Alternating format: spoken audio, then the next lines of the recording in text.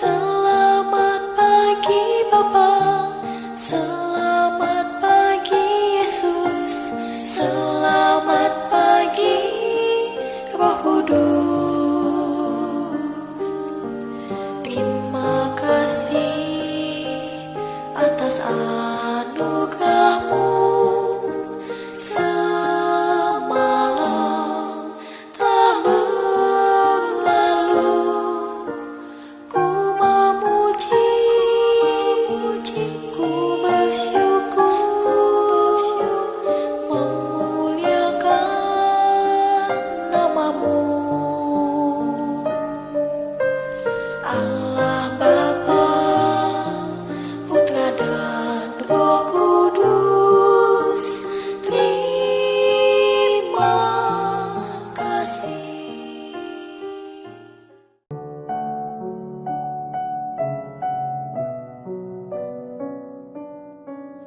Shalom, selamat pagi. Sate pagi hari ini masih membahas seri doa Bapa kami dengan tema Jadilah kehendak-Mu di bumi seperti di sorga, dan subtema hidup memiliki tujuan. Apa artinya kehendak-Mu? Artinya dunia ini ada rencana yang kita perlu ketahui. Seluruh alam semesta ini ada tujuannya, tidak? Ada. Allah menciptakan segala sesuatu ada maksudnya, tidak? Ada. Allah menciptakan manusia ada makna hidupnya, tidak? Ada. Hanya orang komunis, orang ateis, orang bodoh, orang IQ rendah yang berkata hidup ini tidak ada tujuannya.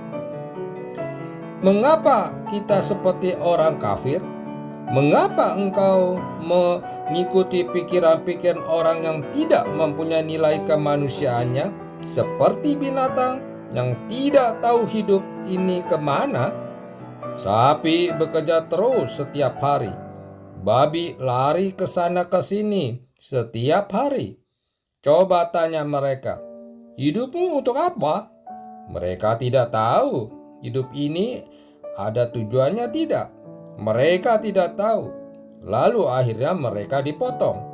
Waktu sapi mau disembelih, hari itu dia nangis. Waktu babi mau disembelih, dia lari-lari.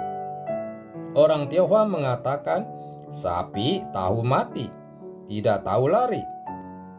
Babi tahu lari, tidak tahu mati. Semua sapi tahu saat dia mau mati. Hari terakhir dia akan dibawa ke tempat jagal. Saat itu dia nangis terus. Sapi menangis. Sapi tahu menangis, tidak tahu lari. Babi lari terus, tidak tahu mati. Kedua-duanya tidak tahu hidup itu untuk apa.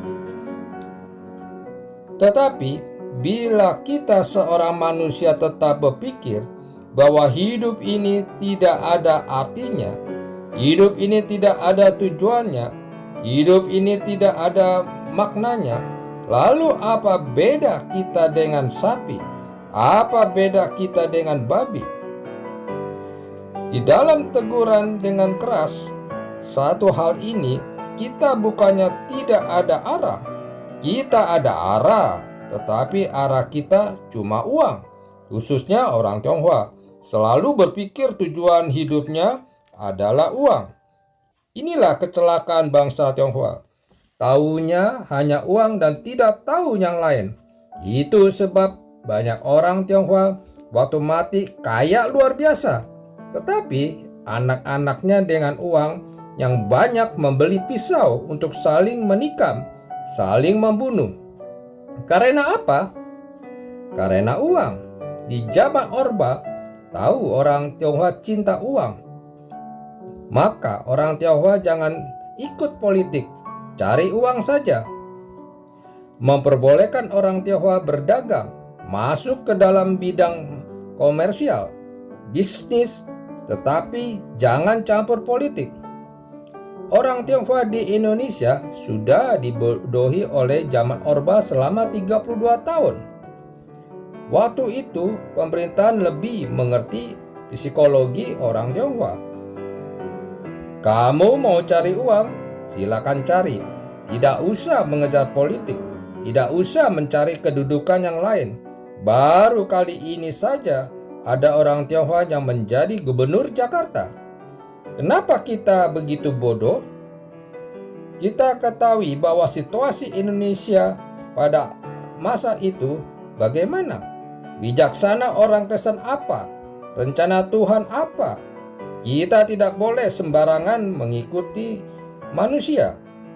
Kita harus minta Tuhan memberikan petunjuk kepada kita tentang apa artinya hidup. Mengapa kita bekerja setengah mati? Mengapa kita harus berjuang? Mengapa kita bekerja keras dengan membanting tulang?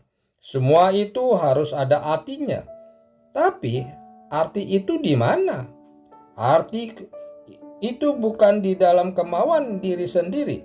Ada orang mencari kepuasan seks, ada orang mencari uang, ada orang mencari pangkat, ada orang mencari nama, ada orang mencari kuasa pemerintahan.